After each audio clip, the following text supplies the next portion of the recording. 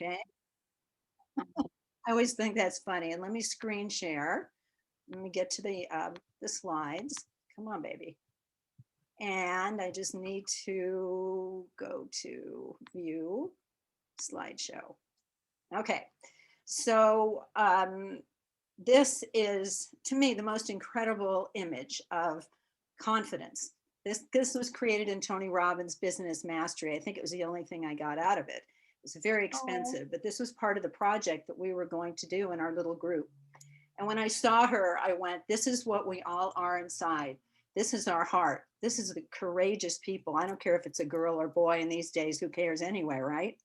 Yeah, And, doesn't matter.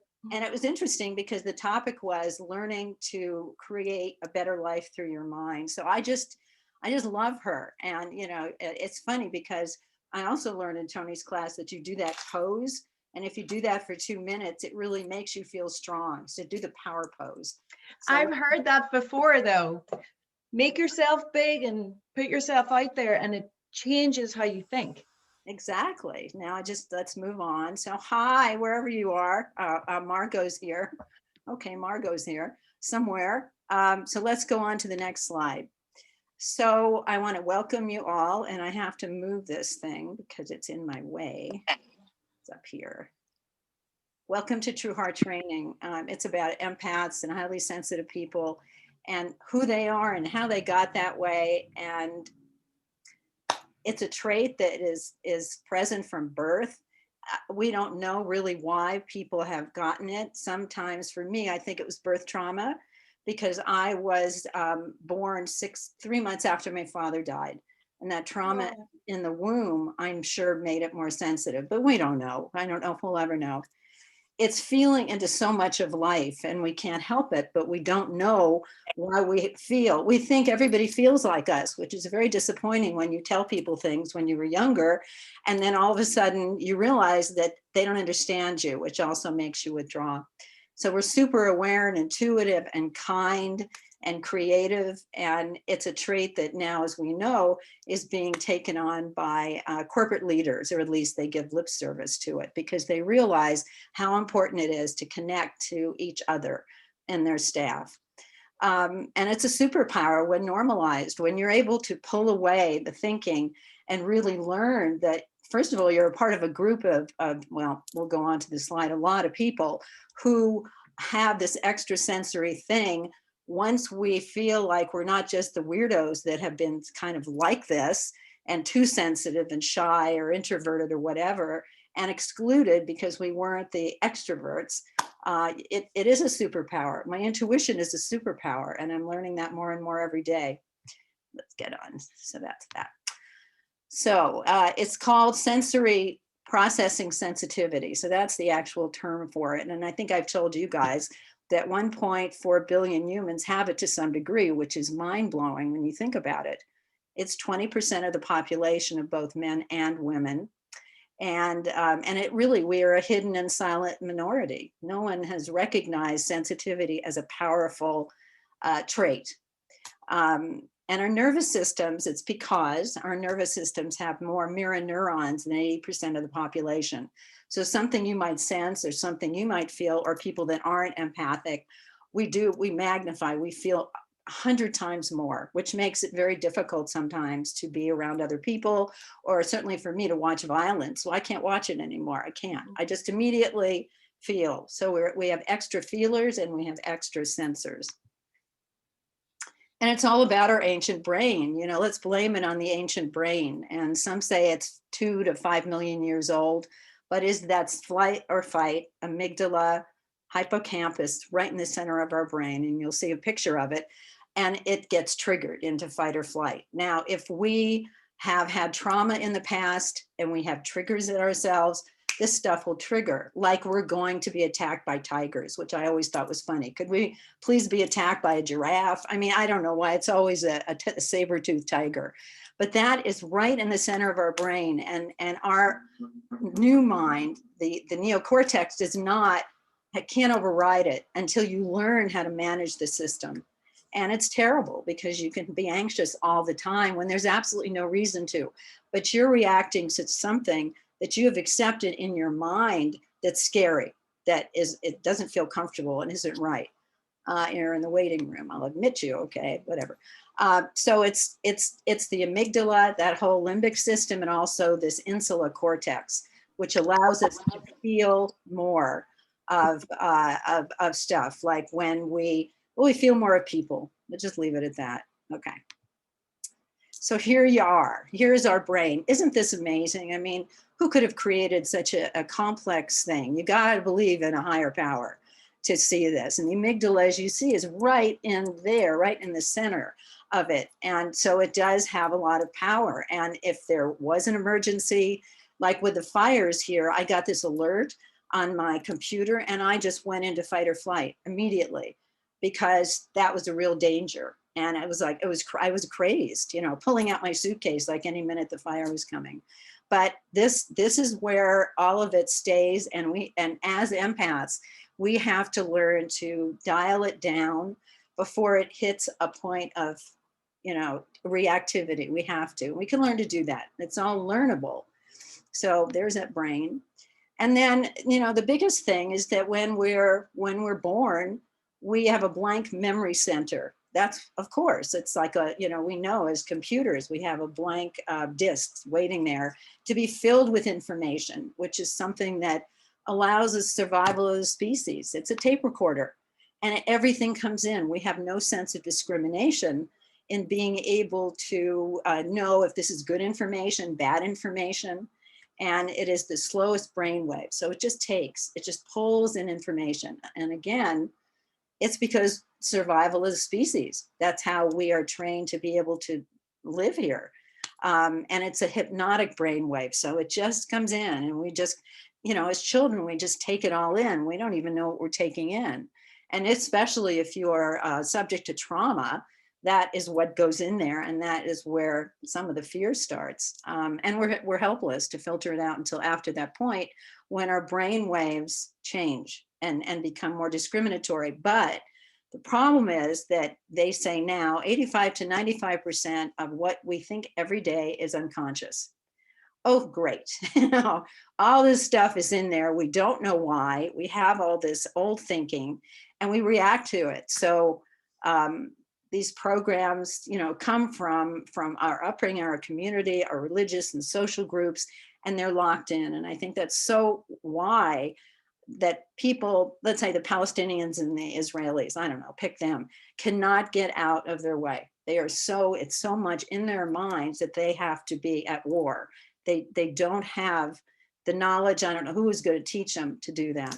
And genetic memory, that people have also discovered that it comes through your genes. So we could be carrying around beliefs from our, you know, for you, you're from Ireland. It could be from your great grandparents in the potato famine. And so you save or you do whatever, you don't know. And so that having this knowledge of understanding this for anyone is extremely important to make changes. So again, early childhood programming, we just memorized what we heard. A lot of us were not allowed to express. I wasn't who I was. It was that era of children should be seen and not heard. And so I didn't know who I was. And so I actually have gone through this information, but that's okay.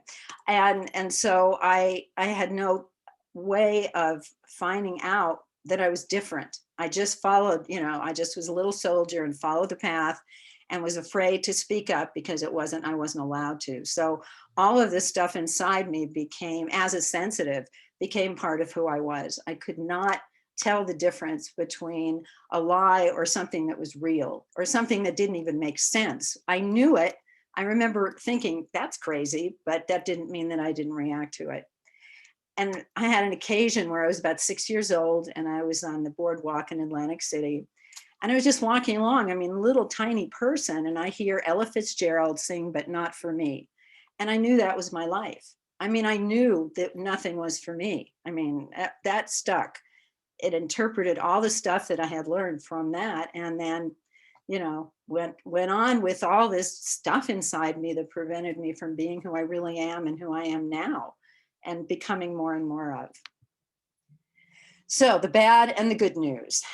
We feel others. We don't have boundaries. As we had said, we feel so much. We're feelers and we're sensors, and we have probably 100 times more of these cells and the sensitivity built into our nervous system. We have hypersensitive nervous systems.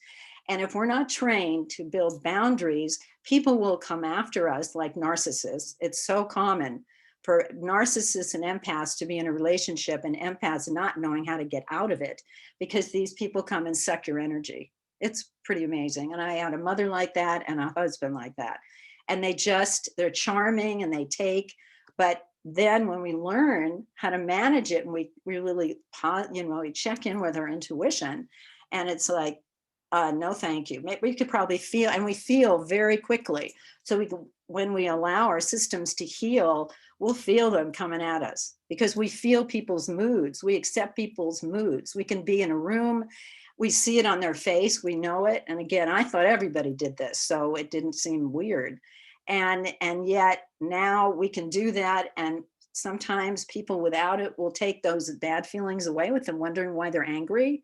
Why am I not feeling well? I mean, there's no understanding of what kind of a situation we're in because we have these very special nervous systems. We can absolutely have sensory overload. So if we're in a group of people and networking is hard for us in person, we can just overload and leading to a lot of anxiety and stress. And oftentimes looking like we're antisocial because we leave. We are so exhausted. Like even the Tony Robbins class, it was 10 hours of jumping up and down in my apartment. For 2 days, and it was 3 days long, few of them. I just passed out for 2 days. I was so depleted from this overload, even on the computer, that I could, and so it was amazing. You have to learn to take care of it. You have to learn who you are so that you can take care of yourself and understand, even if you have to go, let's say, into a situation with a lot of people, you learn how to protect yourself. Maybe you'll go into the bathroom, take a few deep breaths. Maybe you just talk to yourself and you love yourself and say, it's okay. You don't have to overload, whatever. There are many ways to deal with it.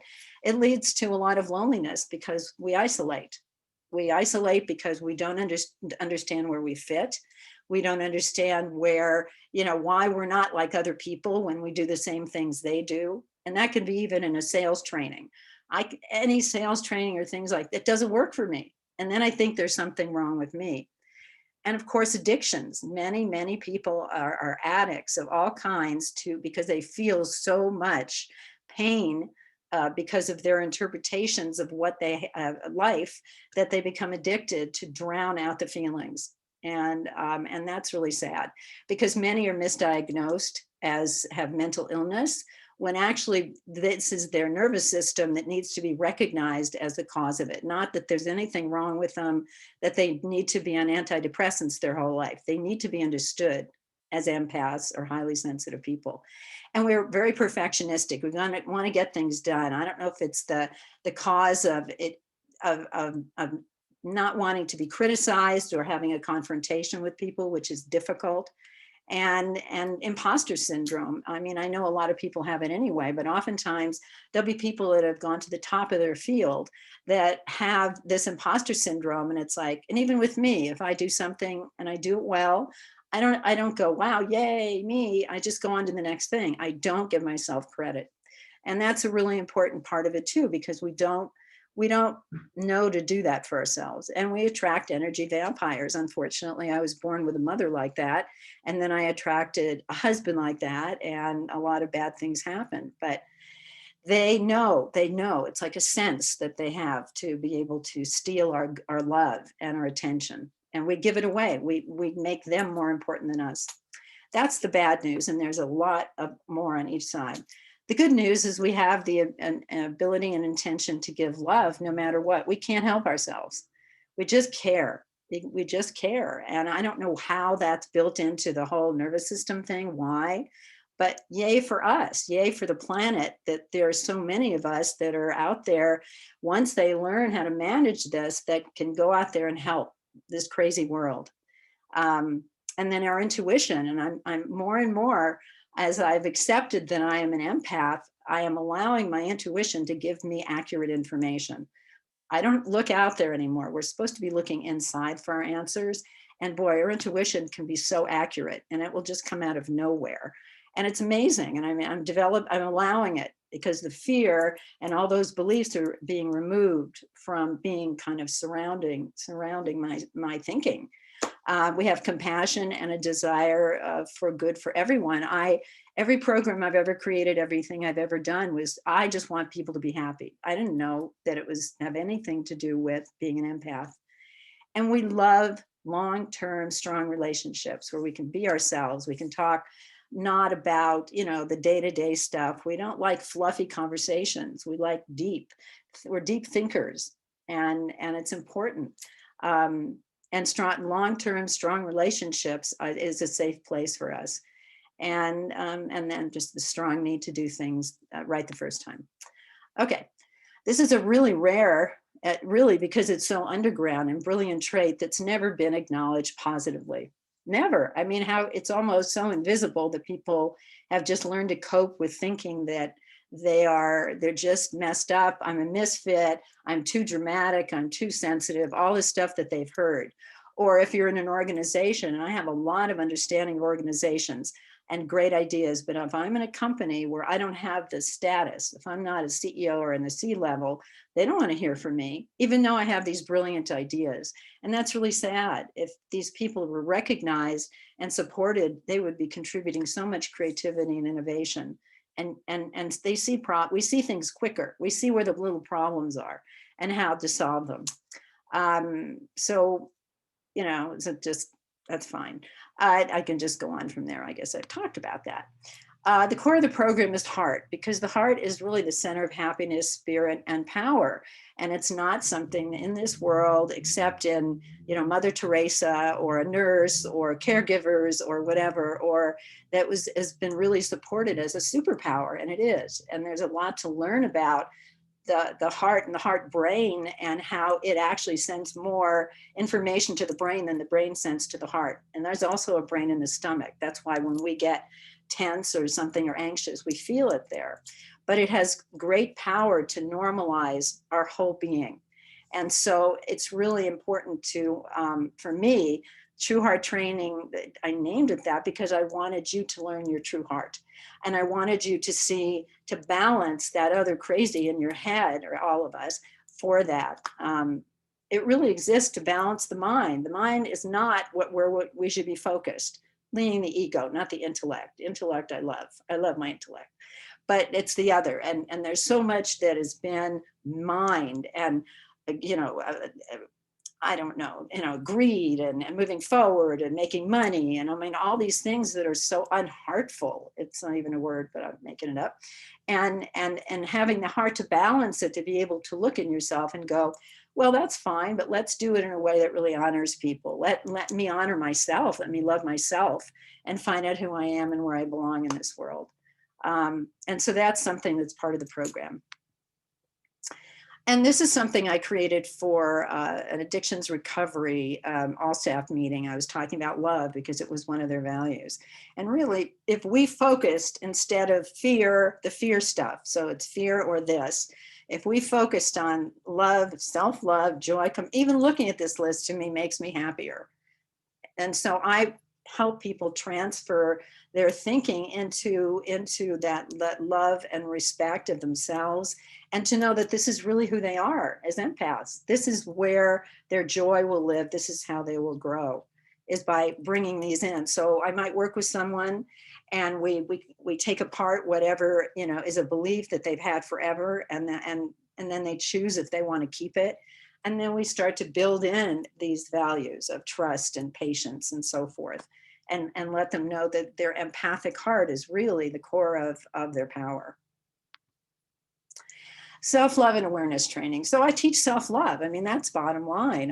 I really, when I see someone, I really know that they're perfect. I don't even think about it. And so what I do with them is help them pull away all this armor, all this yuck that covers their heart, so that they can discover who they are. They can connect inside themselves to be able to feel their own power. So they don't have to look out to anyone else, but they know who they are. They feel safe in themselves because of it. And I help them normalize their experience because I'm telling them this is a normal thing for an empath. We have so many, ironically, so many common experiences that it's amazing. I can't watch violence. I resonate so to music. I even can be brought to tears. Once I came home after working at a TV station in San Francisco, and everyone else was asleep because it was midnight because I was there till 11. And I watched a show on animals and whatever. I cried for 2 hours, not again knowing why, but I have to protect myself from feeling those negative things. So we need to be very conscious of what we're thinking and where we put our attention. And in this world, it's really hard because between the advertising and social media, a lot of stuff is coming to take from us and make things harder. It's not a world that's really created for us at this point. It's not. So the focus of the program is really reframing the beliefs and experiences that were taken into our minds from 0 to 7, and then reinforced because then we believed it. We believed our emotions of fear and we made mistakes because of it. And then we continue to beat ourselves up when we don't understand that it's because this is where the stuff lives. It always has, it always will. And changing your thinking will change your life. And so changing cultural and ancestral patterns, really being conscious of looking at these things and saying, do I want to keep them? Do I really want to keep them or not? Does this make sense to me? Is it helping me? And then letting go and finding a replacement thought for that. No, I want to be abundant. I want to be happy. I want to be out there. I want to learn how to manage my empathic ability. And by the way, there is a range of empaths. So there's some that have some empathy, and then, well, they're called highly sensitive. And the highest scale is an empath. Unfortunately, in a way, I am that because I feel everything. But it's not everyone has that same level. So that's really important to know as well. But the more we learn about who we are and give ourselves the love and find groups of people that are like us, and we can go, oh, you too, and not feel like there's these weirdos that are just floating around the world, not fitting in, because it doesn't feel good not to fit in, but we don't know why. And really living from that heart-mind balance when, the more you go inside and you find out who you are and you find your soul, it's really where your soul is. And you find out how you want to present yourself to the world, and you find the self-care that you need to be able to continue to thrive, even in difficult circumstances.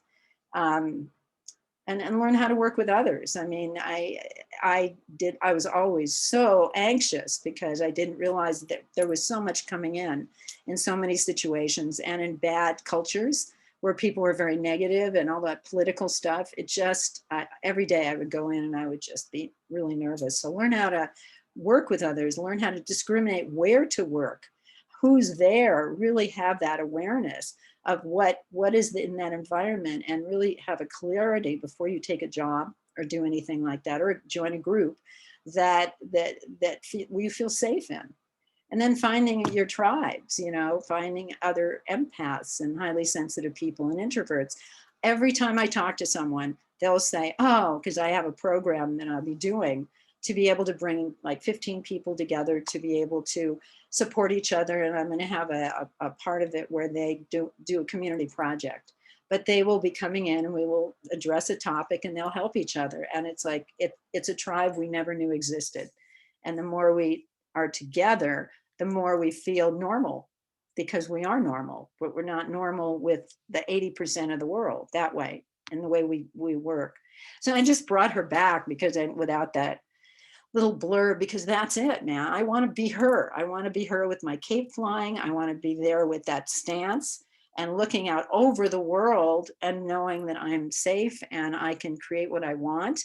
I just have to really learn who I am, pay attention to it, and go from there. And then really, this is the only thing about the program is really it's 3 formats: private sessions, and I'm now making it 3 minimum together, because you can't make a change in one session. And people are so used to believing that you can just change. Somebody will tell you the 10 steps to change. And we're changing brain patterns, we're changing neurology. And even 3 sessions isn't enough, but at least 3 sessions to get them started. And then classes on all the different areas that we have to work in, relationships, works, finance, purpose, success, parenting. How do we help our children? How do we help empathic children?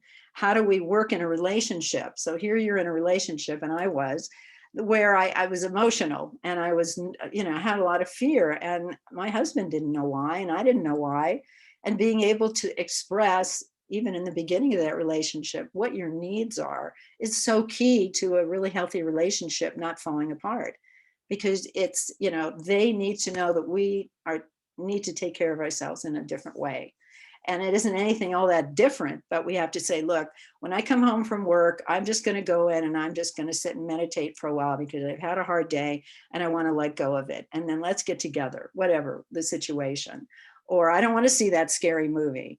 Thank you very much. You go with your guy friends, but I can't do that because it affects my nervous system so much and I'll have nightmares. And then my ongoing Zoom communities, which I'm really excited about because I really want, instead of a lot of programs for empaths have Facebook groups, whoop-de-doo, and they'll sit there and complain to each other, but they're not looking at each other like in a Zoom meeting and becoming a community. Like many of us that have been in the networking groups, we become friends, we become support. And that's what I want. It's a real connection. And now that we've learned that Zoom can be used that way, that, it's just wonderful. I can't wait to get that started when people come on board. And then, please visit my website and, tell people to, or ask people to check out a 30-minute session and whatever else. I'm going to put this class out too. And then go to my events page for details of the classes and learn how to join empathic communities. So I thought I'd leave this time. I don't see anyone else but you, but anyway, if anybody have any questions at this point, because we've kind of reached the end of it at this time. Any questions from any of you who I can't see? Oh, interesting. I know you're here. There's Linda. I see her. Hi there, cutie. Hi. So I guess one of the questions I have is, you mentioned that often people don't understand. How can you communicate so that they understand that you're not being antisocial or, um, isolating yourself? How can you make them understand that there's something bigger going on and that that's part of your character and not you're choosing to worry or choosing to be Right. anxious? Right. And absolutely, that's a big issue. And it's certainly something that I think some of it's going to be really neat in that empathic community. But I think it's really doing research and being able to sit down with whoever it is. Can't do it with everybody, but your husband or whoever, your mom, and say, you know what, I learned, and their books, and I can recommend books that really are like that so that you can bring those forward. Maybe they'll read them. Maybe you will read sections of them. You have to make it real by showing them that other people understand this, that this has been discovered and this is your part of your community. And that's why you're so loving and have all these other traits. But this particular nervous system that you have is so sensitive that you have to protect it and take care of it in a different way. So I would suggest, and you can write to me and I'll send you some book titles, getting some books, getting some, going out online. There's a website, or I don't know what you call it, a blog called Introvert Darling. And I do a lot of posting from them because they talk very much about these things that we share. And I have a list of like 30 things that we share that we're not comfortable with violence, or hot and cold bothers me. It depends. It could be too hot or too cold. Light can be different than other people. I'm more sensitive to all the things. So I would suggest just really doing some research or, talking to me, and I'll get you some books and just boning up on it. And then just, if it comes up, where you're feeling emotional, just really, and again, that's part of the learning of my class, just is, that doesn't mean you can't do it on your own, to just, I just want to sit down and I want to tell you what I've learned. This is like amazing to me. I am part of a group of people, 20% of the population, that are empathic and sensitive. We're born It's not a mental disease. We are born with this trait. We have this hypersensitive nervous system. And I just want to tell you that how you can help me, that not overreact and feel safer, something like that. But yeah, it's the research, the books, the knowing you're not alone, and it isn't just you. I think that was one of my major pieces. I just thought I was the weirdo. I was a crazy person. I didn't pursue psychology because I thought I was crazy, because they would find all this anxiety in me that I didn't know why I had it. And my childhood was traumatic on top of it. And I'm a lefty. Who knows? And I have 5 wisdom teeth. But anyway, aside from that, I'm pretty weird. And then all of a sudden it's like, no, you're part of this group. And wow. And then there are ways to take care of it. And then there are free little classes on it as well. So did I answer your question? Yes, thank you. You're welcome. Anybody else? Margot came and went, so I don't know if she's here. I'm here. Oh, I just don't see you. Where are you? You're hiding. Hold on, hold on. Hold on. Whoops. I see your Oh, there I eyeball. Yeah. Hello. No, this was very good. This was very informative. Great. And it's interesting because I can see, I mean, I don't think of myself as being highly sensitive on the level that, on some of the levels that you've been talking about, but there are things that I see in myself that you did talk about. And it's kind of interesting. Well, how do those, now that you know that, I mean, as I said, there's a scale. There are Yeah. people that have it, Yeah. and there is the highest level where I connect with so many of these experiences that it's overload. How are you now going to be able to think about those things when they come up? Are you going to be able to say, it's because I have a more sensitive brain and it's cool, or what do you think? Yes, I do. And it's interesting because I sort of thought of it that way before, but I thought of it as being like, that's how I think of myself, rather than that's what a group of people experience. I thought of individuals that I've met along the way, but I never thought of it as 20% of the population. Isn't that amazing? I mean, Yeah, that's the sort of thing that it's like, oh, there's like, it's not just a person here and a person there. There's actually a cohort, or a real cohort. And so that is interesting.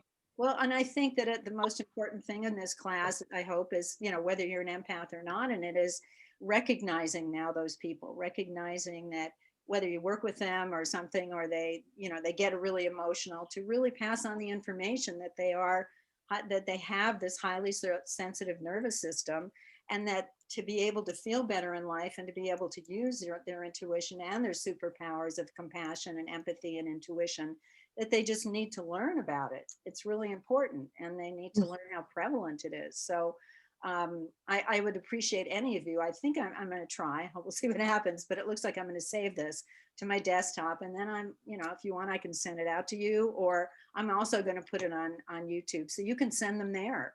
I mean, this is Great. I want to help as many people as possible. My life internally, and I've known Margot since high school, just so you guys know.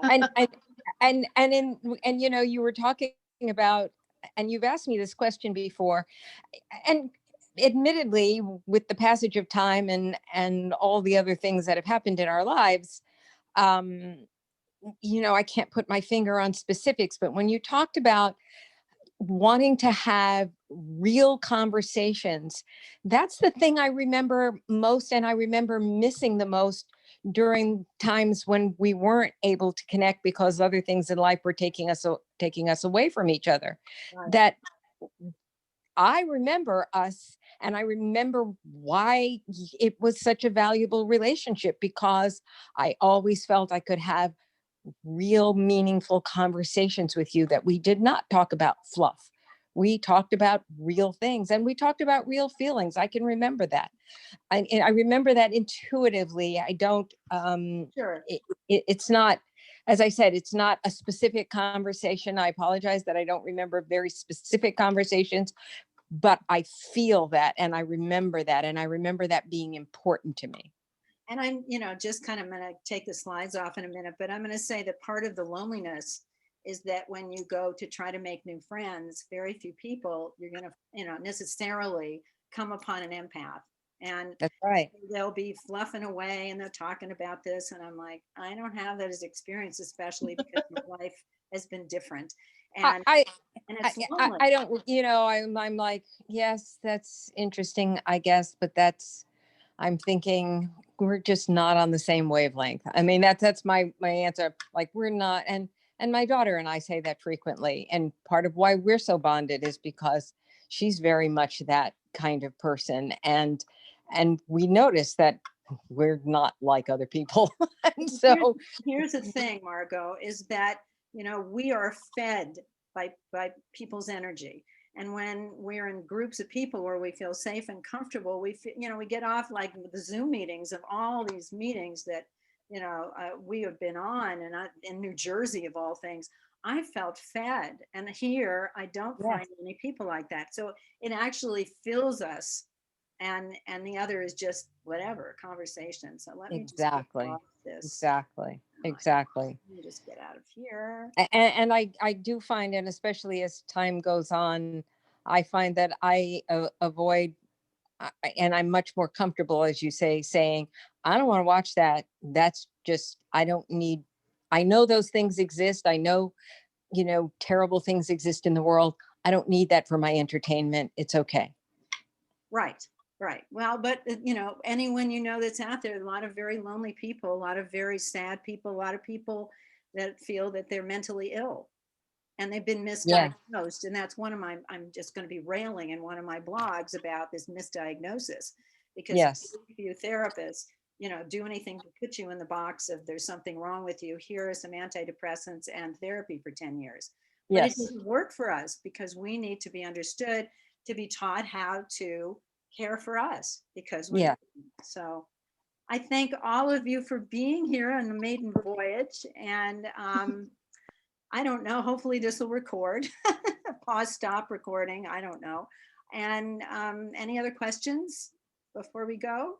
No, that was great. Thank you, Diana, very, very much. My pleasure, anytime. And I'm gonna be doing more things like this, but pass it on, because I will. Linda, what you go through, and we've talked about going networking and live, and we don't have to suffer anymore. We just have to know that we need to take care of ourselves in a different way, and then teach the people around us that, and not feel bad that we don't want to participate with the extroverts talking about their boats and their we don't have to. And Well, I might want to talk about their boat, and especially if I get an invitation, but that's a whole different story, but you know what I mean. But I think the point is we can opt in or out as we choose without feeling guilty. Exactly, but we can keep our hearts open and our lives open to people like us.